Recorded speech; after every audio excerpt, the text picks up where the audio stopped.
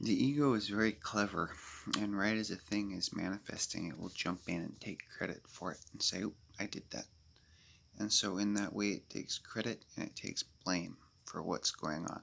It takes both credit and it takes blame. Now, and the other thing that's important for you to know is that everything is going on. I'm very aware of the karma. Um, this was told to me, and many times I've said, but you see, everything is going on its own in and of itself. Then the third principle, spiritual discernment, the keys to enlightenment. Um, you need to be kind to yourself and to others at all times without exception. All right. Um, the final principle is that not only is there no this causing a that, but nothing is causing anything. So all you have to do is remember, nothing's causing anything. There's no this causing a that. Everything is going on by itself, in and of itself. And I belong to you. What I'm saying belongs to you. But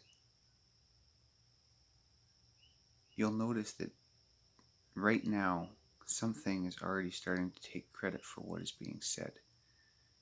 So as you go through things, because the way the formula is you hold it in mind and it manifests. But what happens is that because you're holding something in mind, oh, I'm going to give this person the right information, or oh, I'm going to say this to someone the next time I see her. Or I'm going to go to the place that I go to and probably see certain people there. When those things manifest, they're manifesting, and right as they're manifesting, because these are the things that are being held in mind now for that person, one would think that they caused the manifestation.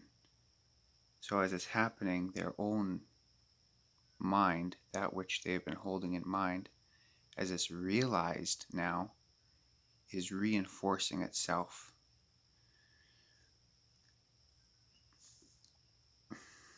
The evidence of the phenomenon reinforces the whole program, so to speak.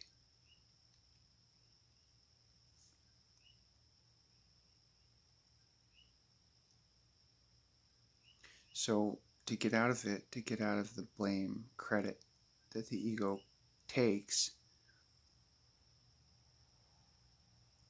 you just realize that as your conditions are manifesting, they're manifesting on their own.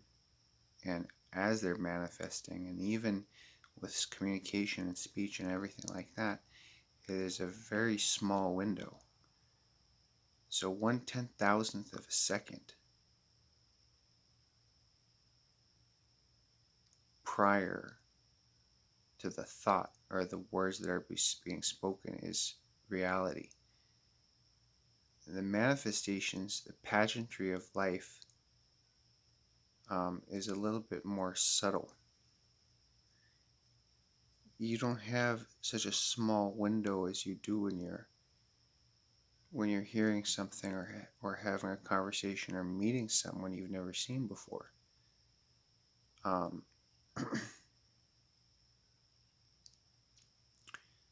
You don't have such a narrow window like in those cases as you do in this case. Just hearing it now, that's the window. Now it's already you're hypnotized by the incoming program. So you have more of a window with the manifestations as they're happening, because you don't just have that 1/10,000th of a second to discern reality. There are a lot of thoughts, and they've been and they're being reinforced, but they're not maybe reinforced until the next day, sometime in the future.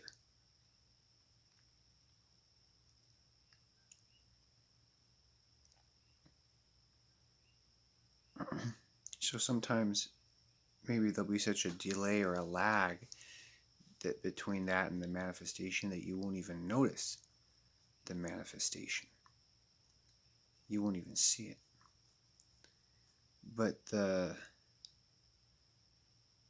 way through that fire on the burner of the incessant barrage of communication is always 1/10,000th of a second. It's not an arbitrary here or then. It's 1/10,000th of a second prior to who gets there first with the incoming data from their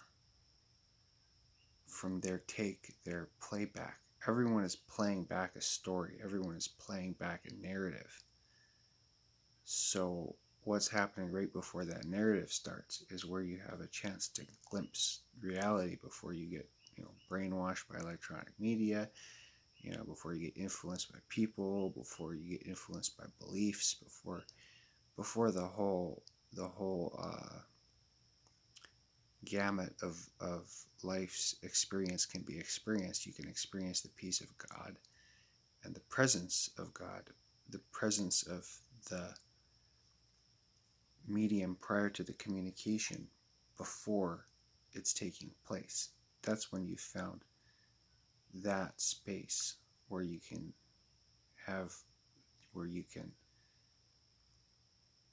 see now everything else that's coming after that is already no longer, you've already bridged the gap just by staying, it's already too late to try to stop what's going on from going on. But the principles, those three principles, you just have to remember everything is going on all by itself. In and of itself, there's no this causing that. Nothing is causing anything. There is nothing being caused here or anywhere by anything. So those are spiritual principles. And on a final note, as I go through experience, I just remember that as something appears to be happening, there's a time that's available for me to realize that it's going on its own.